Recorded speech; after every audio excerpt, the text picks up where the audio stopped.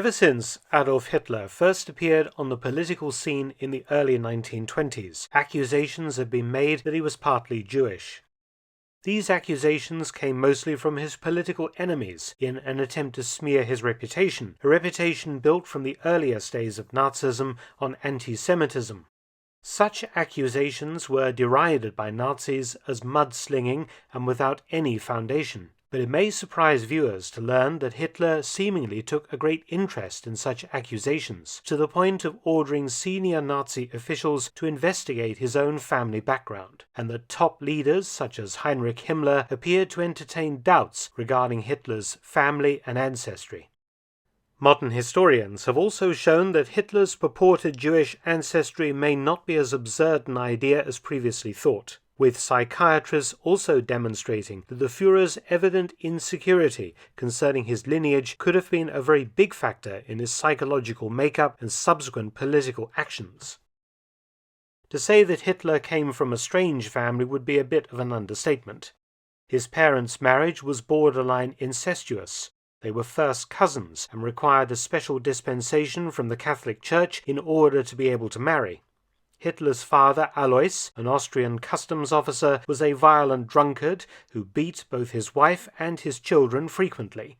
He was also a serial womanizer, who had also been married twice before, and also fathered a child out of wedlock. Hitler's loathing of his elderly father has long been explained by Hitler's very different personality, by his doting mother's spoiling of the boy, and by Hitler's artistic pretensions that caused him to deride his father's career as a middle-ranking civil servant. But it has emerged since the war that another factor in Hitler's difficult relationship with his father may have been his father's murky parentage. Alois Hitler was illegitimate, something considered fairly bad in 19th century rural Austria. But it seems that Hitler suspected that his grandmother, Alois's mother, was hiding a secret concerning who Alois's father was. Hitler's grandmother, Maria Schicklgruber, was unmarried and working as a domestic servant in the Austrian town of Graz when, in 1836, at the age of 42, she fell pregnant. At the time she became pregnant, Maria was in the employ of Herr Frankenberger, a member of Graz's small Jewish community. This story was initially rubbished in the 1950s by German historian Nikolaus von Predodowicz, who said that no Jews were in Graz before 1856. But subsequent investigations more recently have shown that a Jewish community was in Graz before 1850. Predodowicz was also a noted Nazi sympathizer and was evidently offended by the suggestion that the Führer could have been a quarter Jewish. In 1938, Hitler asked Nazi lawyer Hans Frank, later notorious as the wartime governor of German-occupied Poland, to investigate his grandmother. The impetus for such an investigation was the letter Hitler had received from his British half-nephew William Patrick Hitler. William Patrick had used his relations to the Führer to obtain for himself nice jobs in Germany before the war and enjoyed his status as a Hitler relative. In 1938, Hitler, who had tired of his half-nephew, asked William to give up his British citizenship, and William, fearing some form of trap, fled Germany and tried to blackmail Hitler, the specific allegation being that Hitler's paternal grandfather was Jewish. Hitler must have suspected that there was some truth in this allegation to have taken the trouble of commissioning an investigation into his own grandmother. Hans Frank was hanged in 1946 following the Nuremberg trial, but a book that he wrote in prison was published in Germany in the years following his execution. In it, Frank maintains that he discovered that Frankenberger paid an allowance to Maria Schicklgruber from the moment of Hitler's father's birth until the boy's 14th birthday. Why? Frank found that Frankenberger's 19-year-old son Leopold had got Maria pregnant, and Leopold's father, in order to avoid a court hearing and the resultant bad publicity, had in effect paid Hitler's grandmother alimony for 14 years in return for her keeping her mouth shut. Hitler's father had been for the first 39 years of his life called Alois Schicklgruber, until in 1876 he had approached the church and local authorities in Austria to prove the identity of his father. Not Leopold Frankenberger, but a man named Johann Georg Hiedler. Hiedler was an itinerant miller and who had married Maria Schicklgruber in 1842 and was therefore Alois Schicklgruber's stepfather. The only proof of this paternity came from Hiedler's own brother, who swore before a Catholic notary in Alois's presence that his brother Johann had made Maria pregnant and then had abandoned her and her child Alois. Alois then legally changed his surname from Schicklgruber to Hitler, a variation of the surname Hiedler. Some historians have contended that Hans Frank was an unreliable source, though others have pointed out that as he was under sentence of death when he wrote his book, he had no reason to lie, as his case had already been decided. The issue of Maria Schicklgruber's insemination whilst a Graz domestic was also raised in 1940 by an ex-Gestapo official named Hans-Jürgen Köhler, who had moved to Britain in the 1930s. Köhler published a book in 1940 in which he says he saw Gestapo files that prove that Hitler's grandmother had become pregnant whilst in the employ of the Frankenberger family in Graz. Köhler's work must be taken with a pinch of salt, as in 1940 Britain was of course at war with Germany, and smearing Hitler was a standard propaganda tool at the time. Hans Frank says that he showed Hitler the results of his investigation, but Hitler told Frank that his grandfather was Johann Georg Hiedler and that his grandmother Maria had pretended that Leopold Frankenberger was the father of her child in order to extort money from a wealthy Jewish family. But as one psychologist has pointed out, Hitler was suggesting that his grandmother had had sexual relations with both Hiedler and Frankenberger at the same time. In this case, how could she have known which man was the father of her child?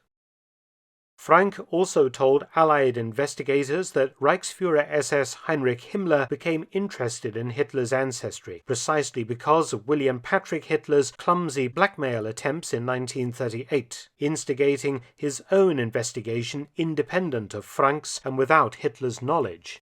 Frank said that Hitler said to him that the public, quote, mustn't be allowed to find out who I am. They mustn't know where I came from and who my family is, unquote.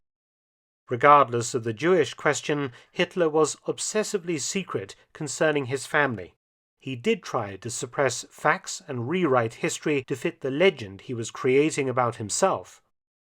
He had much to hide. Aside from his father's illegitimacy and his parents' incestuous marriage, mental instability and disability were rife amongst his relations. One of his cousins committed suicide. An aunt was a hunchback. Two others were mentally handicapped, including Aloysia Veit, who in 1940 was gassed during the Nazis' euthanasia program. None of this would have played well with the adoring German public. Himmler continued to investigate Hitler behind his back up to 1944.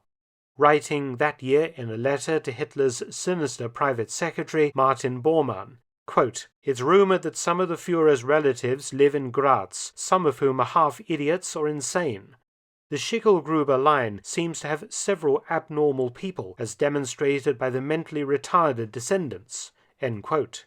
Were Hitler's sensitivities about his family because of the instances of mental disabilities and of his father's and grandmother's behavior, or did he genuinely believe that the rumors of his part Jewishness were true? He ordered that documents concerning his ancestry be seized and destroyed. He ordered Dollersheim and several other villages central to the area where his family had lived for generations to be emptied of people and turned into a military training area. They remain uninhabited to this day. Some historians contend that Hitler's obsessive searching for documents was more about suppressing other politically damaging facts from becoming well known, for example his efforts to dodge the draft in Austria in 1913.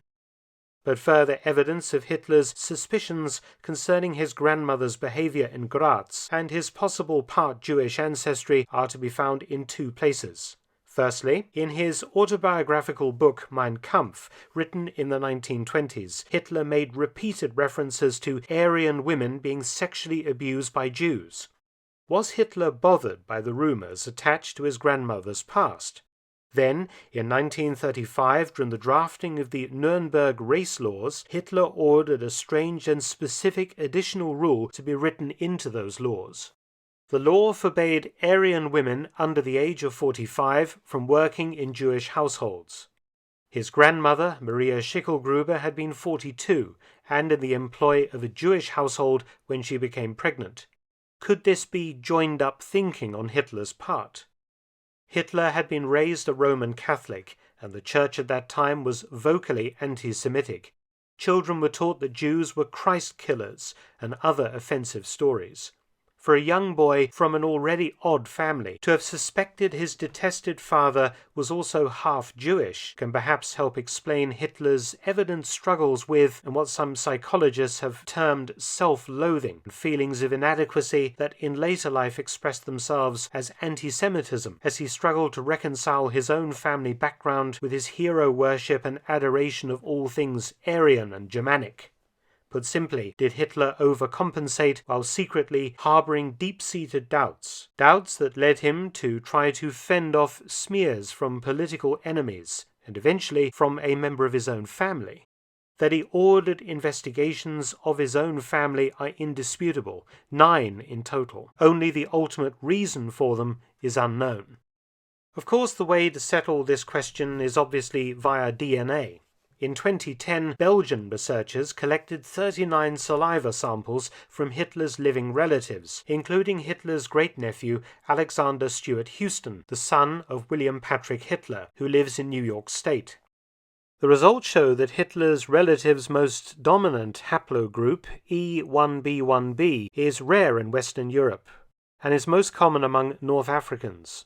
It is also one of the major founding lineages of the Jewish peoples, present in 18 to 20% of Ashkenazi Jews and 8.6 to 30% of Sephardic Jews.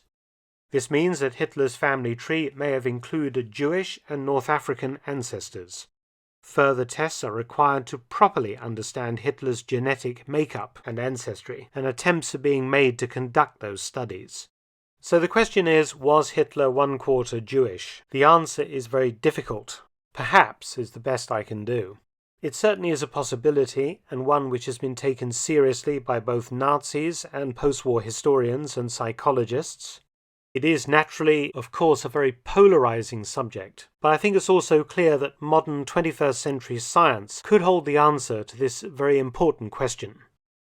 Many thanks for watching. Please subscribe and share, and also visit my audiobook channel, War Stories with Mark Felton. You can also help to support both of my channels at PayPal and Patreon. Details in the description box below.